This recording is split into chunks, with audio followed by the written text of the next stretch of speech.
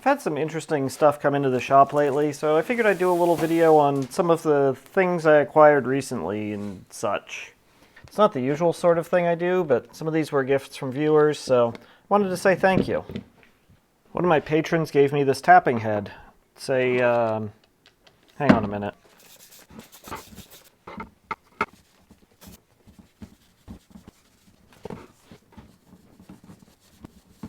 Well, that escalated quickly. Anyway, this is an Etco Emmerich 1B sensitive tapping attachment, Brooklyn, New York. They moved to Pennsylvania in 1964. I found a little bit on Vintage Machinery about these, so probably early 60s, late 50s. Needs a good thorough cleaning. Kind of looking at this, I like taking these things apart and seeing how the mechanism works. So when you're driving the tap in, there's a clutch mechanism here that's driving it, and it's seating against that. And then when you pull this back up, it pulls it down into the other clutch mechanism, which is fed by these gears, and reverses the rotation. I also really like the chuck mechanism on here. There's a little sort of 3-jaw chuck here you're supposed to hand tighten, and then back here there's 2 jaws that kind of float. Has a little key. I need to make a key for that. They grip onto the square of the tap to hold it in place. Pretty neat little mechanism there. Fits various sizes of taps. I think I saw that this goes up to either 5/16 or 1/4 inch taps. Right now this has a Jacob's taper socket on it. That might fit the Delta drill press, I'm not sure. But I'm kind of inclined to try to get this piece out and replace it with just a straight shank so I can just put it on my mill. Probably be more useful on the mill. Anyway, that's going to get a good thorough cleaning. I think it's going to look really neat once it's cleaned up. So I went ahead and did that, and wow, this thing cleaned up amazingly well. I swapped out the Jacob's taper for just a straight shank. It'll save a couple inches of height here. I can just slip it into the collet.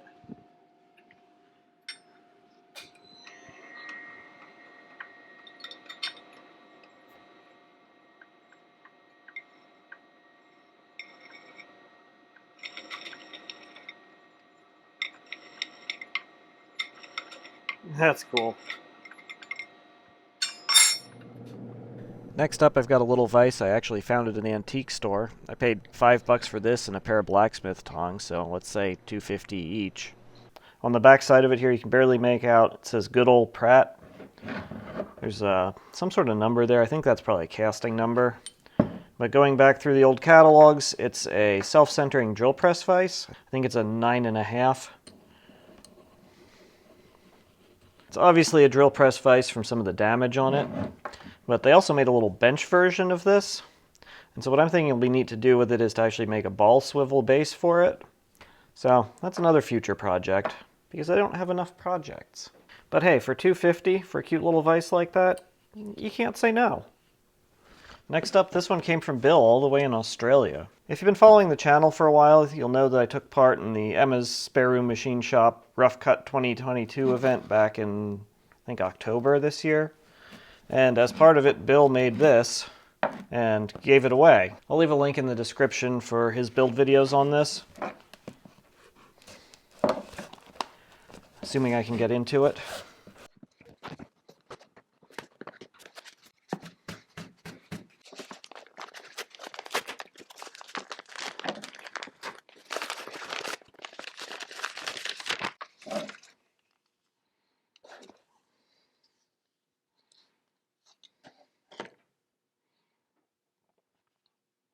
Wow. That is just awesome. He included a little note here. The blade is D2. The handle is Tasmanian Myrtle Burl. The pins are aluminium. The sheath is dead cow. And the back, the front of the sheath is dead cow. The back is dead kangaroo. And the thread is braided fishing line. That is absolutely stunning. Oh, there's a magnet in there too. That is absolutely stunning. I am thrilled to have that. It's one of those pieces of art that, well, the guy that made it wants you to use it. So we might as well use it on this one. This one came all the way from, well, you can guess it came from Germany because it was opened and resealed by German customs.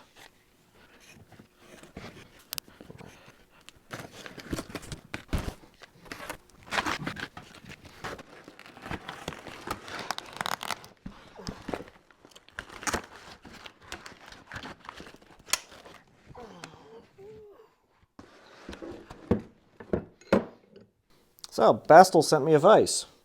This is a pre-war German Heuer vise, Nummer 5, number 5. He didn't seem entirely convinced, but it sounds like the number cast here is the year it was made, so this is 30, so this thing's probably from 1930. These things are forged steel rather than cast iron. The jaws are one piece and are hardened. Very cool, very desirable vise. It's sort of an I-beam construction here, and the back jaw is actually the moving jaw. This bolt basically clamps the two sides of the moving jaw together onto that I-beam to keep it nice and tight. Except, well, this one's a bit of a project. They inevitably wear on the bottom and on the bottom of the jaw, so that needs to get addressed. Though honestly, as it sits right now, it's probably better than the vise I have. But having a nice, really big bench vise like this is going to be a really welcome addition to the shop. Something I don't have at the moment. Very cool. Another project to add to the list, but that'll be a good one. I think I'll just store this here for now, you know, until I get around to it eventually. Might need to move the bandsaw. And we got one more here. This was another antique store pickup that actually my mom picked up for me. Thanks, Mom. Got a 85-pound blacksmith vise. I pulled it apart because there's a lot of dried grease in here, and it was really hard to turn, but it seems to be cleaning up nicely. I think this one's just going to need some wire wheeling.